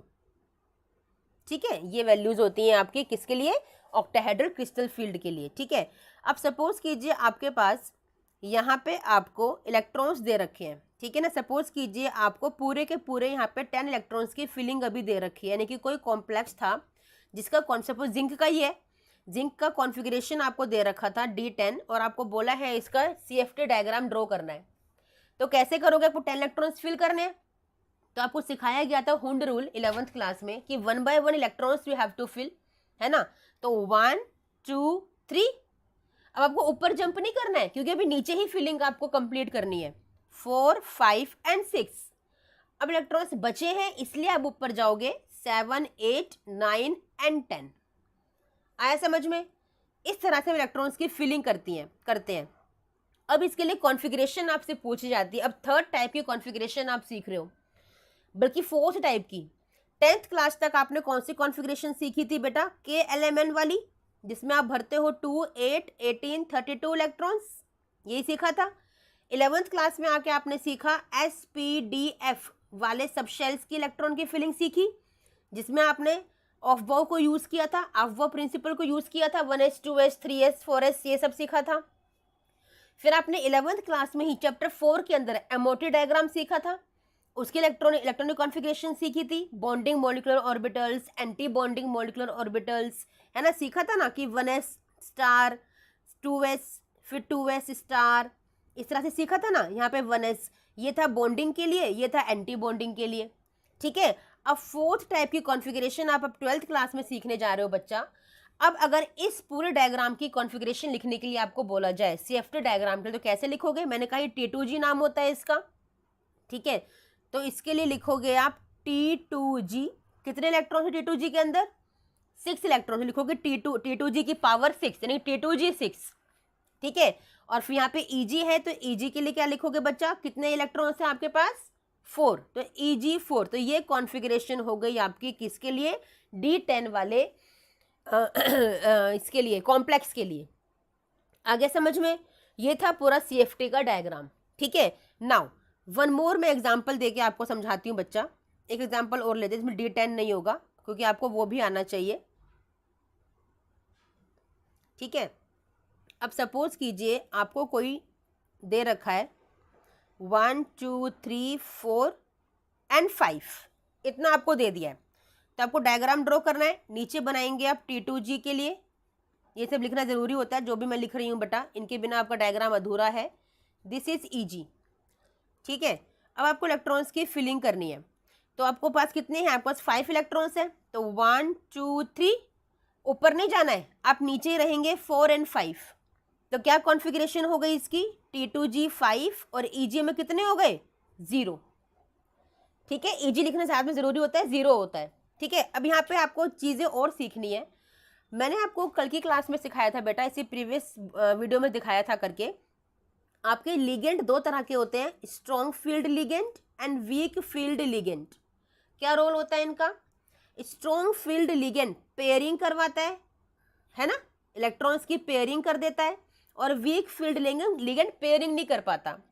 अब सपोज कीजिए ये वाला जो D5 कॉन्फ़िगरेशन का जो आपका मेटल है, जो कॉम्प्लेक्स है, अगर वो स्ट्रॉन्ग फील्ड लिगेंड रखता है अपने पास, तो क्या ये 5 के 5 इलेक्ट्रॉन्स ऐसे ही रहने वाले हैं बच्चा? बताइए, क्या ऐसे रहने वाले हैं ये? नहीं, इनकी पेयरिंग हो जाएगी। ये वाले 2 इलेक्ट्रॉन कहाँ आ जाएंगे? ये वाले 2 इलेक्ट्रॉन आ जाएंगे यहाँ पर, ऐसे आ जाएंगे, आ जाएंगे नहीं आ जाएंगे? तो ये स्ट्रॉन्ग लिगेंड की वजह से ऐसा हुआ। किसकी वजह से हुआ? स्ट्रॉन्ग लिगेंड की वजह से ऐसा हुआ, ठीक है। तो उस केस में आपको यही वाला कॉन्फ़िगरेशन फिल करना है बेटा। अगर ये वीक लिगेंड होता, जो अभी आपने देखा था, अगर ये वीक लिगेंड होता, तो वीक लिगेंड में कैसा कॉन्फ़िगरेशन आता आपका? 1 2 3 4 5। तब आप ऐसे वाला कॉन्फ़िगरेशन नहीं भरते, आप कौन सा कॉन्फ़िगरेशन भरते बेटा? 1 2 3 4 एंड 5, ये वाला कॉन्फ़िगरेशन भरते। समझ में आ गया? It is for the weak field ligand, जहाँ पे पेयरिंग नहीं होती, जहाँ पे आपका सिंपल 1 by 1 इलेक्ट्रॉन्स की फिलिंग की जाती है। आ गया समझ में बच्चे? ठीक है, ओके। अब यहीं पर बेटा हम लोग निकालते हैं कॉन्फ़िगरेशन से CFAC। CFAC क्या है? आपका क्रिस्टल फील्ड स्प्लिटिंग एनर्जी। आपको मैंने बताया था नीचे T2G के लिए क्या होती है? -2/3 डेल्टा O, ठीक है। इसको प्लस करते हैं ऊपर वाले से, दैट इज योर प्लस का 3/5 डेल्टा O, यही करते हैं हम लोग, ठीक है। अब आपको कॉन्फ़िगरेशन जो दे रखी थी, सपोज कीजिए T2G 3 और Eg 0 फॉर एन एग्जाम्पल। तो T2G में कितने इलेक्ट्रॉन्स थे आपके पास? 3 इलेक्ट्रॉन्स थे। तो यहाँ पे क्या करोगे? -2/3, यहाँ पे लिखोगे 3, मल्टीप्लाई कर दोगे, और प्लस 3/5 में क्या लिख दोगे? कितने हैं यहाँ पे इलेक्ट्रॉन्स? इंटू 0। तो क्या आंसर आ गया आपका? That is -2 delta O। ये हो गई आपकी crystal field splitting energy for this compound, for this coordination complex. समझ में आ गया बच्चा? ठीक है, चलिए, ये था आपका ऑक्टाहेड्रल फील्ड के लिए। टेट्राहेड्रल फील्ड के लिए क्या होता है बेटा? टेट्राहेड्रल फील्ड के लिए इसका रिवर्स होता है। जस्ट रिवर्स कैसे होता है? मतलब अगर आपको ये कॉम्प्लेक्स दे रखा है, कोई भी कोई भी कॉम्प्लेक्स दे रखा है कितने भी इलेक्ट्रॉन्स का, तो आप क्या करते हो? ये जस्ट रिवर्स हो जाता है। आपके यहाँ पे नीचे बनते हैं 2 इलेक्ट्रॉन्स, 2 ऑर्बिटल्स, 2 इलेक्ट्रॉन्स के लिए मतलब 2 ऑर्बिटल्स बनते हैं E, यहाँ पे G नहीं लिखते हम लोग, E लिखते हैं, और ऊपर वाला हो जाएगा T2, जी दोनों में से हट जाएगा और ये रिवर्स हो जाएगा टेट्राहेड्रल फील्ड के लिए। नीचे आ जाएगा ओनली E, ऊपर आ जाएगा T2। और जो ऊपर आपका नीचे क्या था आपका 2/3 था ना, अब नीचे आ जाएगा आपका 3/5 माइनस में डेल्टा O, और ऊपर क्या था 3/5, तो वहाँ पे हो जाएगा प्लस का 2/5 डेल्टा O। आगे समझे बच्चा। और वही सेम प्रोसेस है इलेक्ट्रॉन्स की फिलिंग का। अगर आपको स्ट्रॉन्ग लिगेंड दे रखे हैं तो वो पेयरिंग करवा देंगे, अदरवाइज वीक लिगेंड के लिए आप सिंपल ऐसे ही 5 इलेक्ट्रॉन्स को फिल करोगे अलग अलग, क्योंकि वहाँ पेयरिंग करवाने की उसकी कैपेबिलिटी नहीं है। ठीक है, और फिर CFAC का जो फॉर्मूला है वैसे ही आप इसे निकालेंगे, that is -3/5 delta O plus 2/5 delta O। आगे समझे बच्चा, एनी प्रॉब्लम यहाँ तक? ठीक है, अब इन CFAC डायग्राम से, CFT डायग्राम से बेटा बहुत सारे क्वेश्चंस आपको आते थे जो मैंने VBT में आपको सिखाए थे। जैसे कि आपका कलर निकालना, कोई कलर क्यों है, कलर्ड क्यों है ना, कोई डायमैग्नेटिक है कि पैरामैग्नेटिक है। तो आप देखो ना, अगर आपकी पेयरिंग हो रही है तो वो क्या हो गया, डायमैग्नेटिक। अगर नहीं हो रही तो पैरामैग्नेटिक हो गया। और जो पैरामैग्नेटिक कॉम्प्लेक्सेस होते हैं वही क्या शो करते हैं बेटा, वो आपको कलर्स शो करते हैं, क्योंकि वो क्या है, अनपेयर्ड है। जहाँ पे भी आपके अनपेयर्ड इलेक्ट्रॉन्स जिन कॉम्प्लेक्सेस में आपको मिलते हैं बेटा, वही कलर्स आपको शो करते हैं। आपने अपनी केमिस्ट्री लैब में बहुत सारे कंपाउंड देखे होंगे जो वाइट कलर के सोल्ट होते हैं, जो आप अभी इस टाइम पे आप कर भी रहे होंगे, अपनी कुछ रिएक्शंस की होंगी, आपने किया होगा, आपने वाली क्वेश्चंस की होंगे, सॉरी वाली रिएक्शंस की होंगी आपने बच्चा।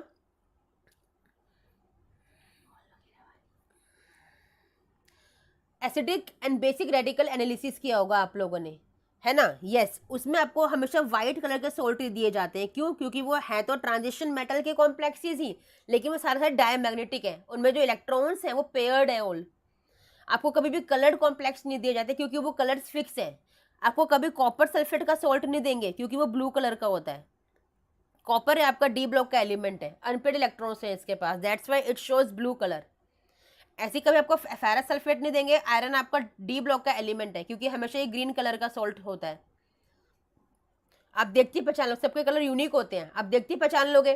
तो कभी भी रेडिकल एनालिसिस में आपको कलर्ड कॉम्प्लेक्स नहीं देते, हमेशा व्हाइट सोल्ट देते हैं ताकि पहचानिए। अब आपको टेस्ट करना है कि व्हाइट है तो, क्योंकि सारे व्हाइट है, कौन सा है ये बताइए अब आप, इसमें एसिडिक रेडिकल कौन सा है, बेसिक रेडिकल कौन सा है।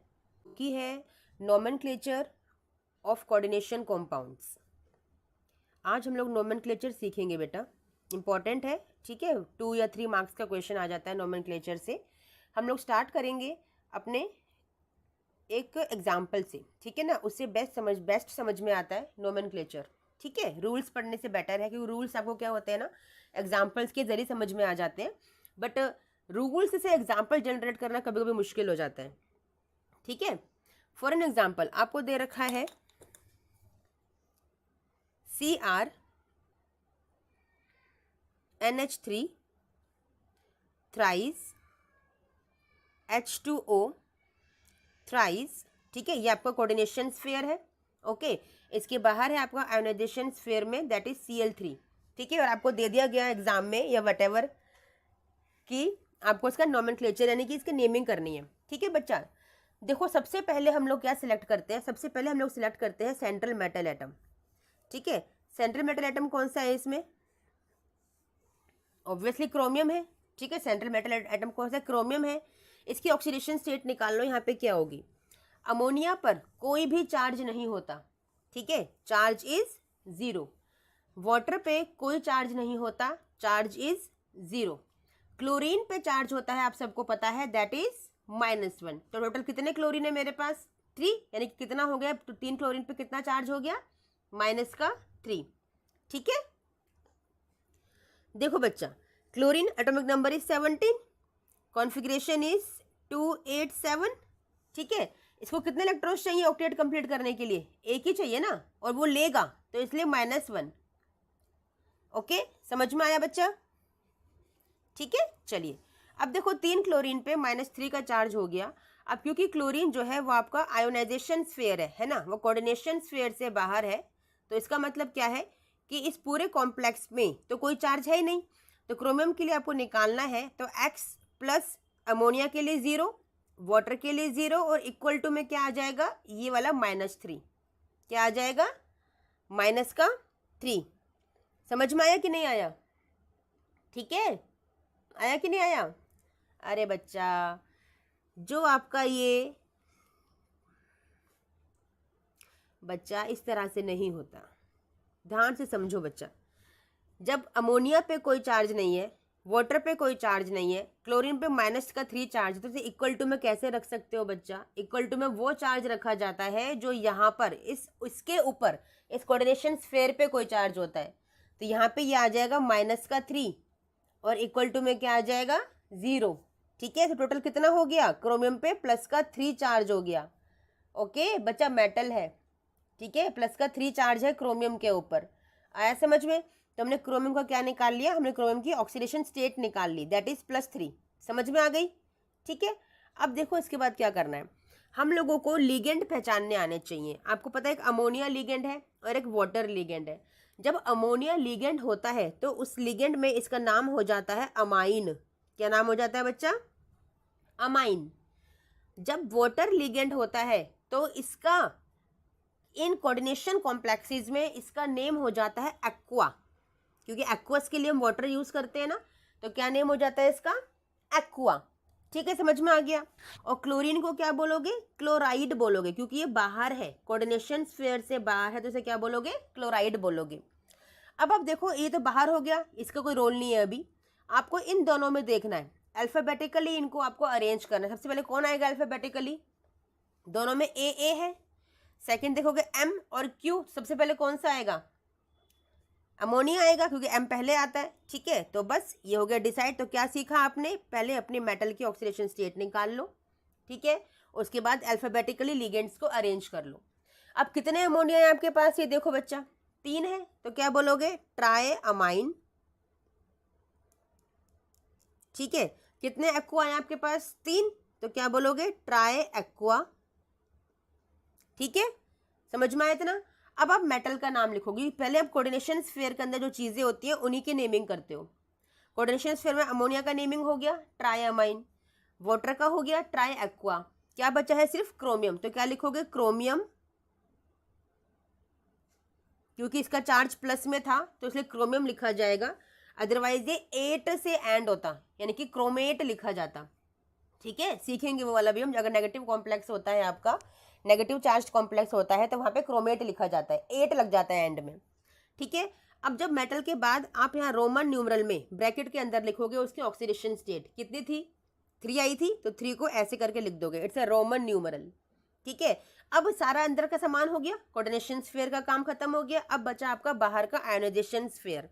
ठीक है, आयोनाइजेशन स्फीयर में बच्चा आपको क्या ध्यान रखना पड़ता है कि यहाँ कितने ही नंबर हो, आपको वो डिनोट नहीं करने हैं, आपको वो डिनोट नहीं करने हैं। आपको सिर्फ क्या लिखना है, क्लोराइड। क्या लिखना है, ओनली क्लोराइड। आपको ट्राई क्लोराइड नहीं लिखना है, सिर्फ क्लोराइड लिखना है। ट्राई क्यों नहीं लिख रहे हो आप, क्योंकि आपने यहाँ पे ऑक्सीडेशन स्टेट में शो कर दिया है, क्योंकि क्लोरीन की वजह से ही 3 चार्ज आया है यहाँ पे, तो क्लोरीन ने बता दिया कि मैं क्लोराइड हूँ, लेकिन मैंने 3 चार्ज उसको दिया है, इट मीन्स मैं ऑलरेडी 3 हूँ। आगे समझ में आया कि नहीं आया बच्चा? ठीक है, चलिए एक और एग्जाम्पल लेके करते हैं। ठीक है ना, एग्जाम्पल करेंगे 2-3 तो समझ में आ जाएगा। एक और एग्जाम्पल लेते हैं। अब ले लो आप COH2N CH2 CH2 NH2 thrice bracket close, ये आपका कोऑर्डिनेशन स्फीयर हो गया। इसके बाहर है आपका सल्फेट, ठीक है, जो कि है 3। समझ में आया इतना? अब देखो आपको ये बड़ा अजीब सा स्ट्रक्चर दिख रहा होगा, ये क्या दिख रहा है आपको, it is NH2 CH2 CH2 NH2। ठीक है, इसका स्ट्रक्चर कैसे बनता है, इसका स्ट्रक्चर ऐसे बनता है बेटा, CH2 CH2, ठीक है, और फिर यहाँ पे NH2 NH2। ठीक है, तो क्या बना आपका ये, इट इज इथाइलिन। ओके, 1 और 2 पोजीशन पे क्या लगे हैं, अमाइन, तो क्या नाम हो गया इसका, इथेन 1,2 डायअमाइन। समझ में आया, इथेन 1,2 डायअमाइन। ठीक है, तो इसको हम इन भी लिखते हैं शॉर्ट में। Okay, yes, ethane 1,2 diamine. आपको बहुत जगह लिखा हुआ दिखाई देगा इन की फॉर्म में, तो ये पूरा स्ट्रक्चर खोल के दे दिया यहाँ पे, जिसका मतलब सिर्फ इतना सा है। आप ये भी लिख सकते हो अभी नेमिंग में जब लिखोगे आप, ठीक है। ओके, समझ में आ गया बच्चा, ठीक है। हाँ, तो देखो अब अल्फाबेटिकली कुछ तो अरेंज करना ही नहीं है आपको, क्योंकि ये एक अकेला मॉलिक्यूल है। तो क्या नाम हो गया इसका? अब देखो ये बच्चा, देखो ये 3 है, तो क्या लिखोगे इसके लिए? आपको क्या लग रहा होगा, आप क्या लिखोगे? आप ट्राई लिखोगे, लेकिन नहीं। क्यों नहीं लिखोगे ट्राई? क्योंकि इसके नाम में क्या था? इसके नाम में था इथेन 1,2 डायअमाइन। बच्चा जब किसी भी लिगेंड के नाम में, ध्यान रखना, जब भी किसी लिगेंड के नाम में कोई नंबर अगर आ रहा हो, जब भी किसी लिगेंड के नाम में कोई नंबर आ रहा हो, तो कभी भी बाहर ट्राई, डाई, मोनो नहीं लिखते, हम लिखते हैं ट्रिस।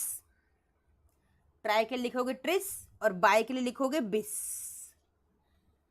ये डिफ्रेंशिएट करता है, बताता है कि बेटा अंदर जो लिगेंड आपने लिखा है उसके अंदर कोई नंबरिंग है। समझ में आ गया, ठीक है। तो क्या नेम हो गया इसका? इसका नेम हो गया ट्रिस, है ना।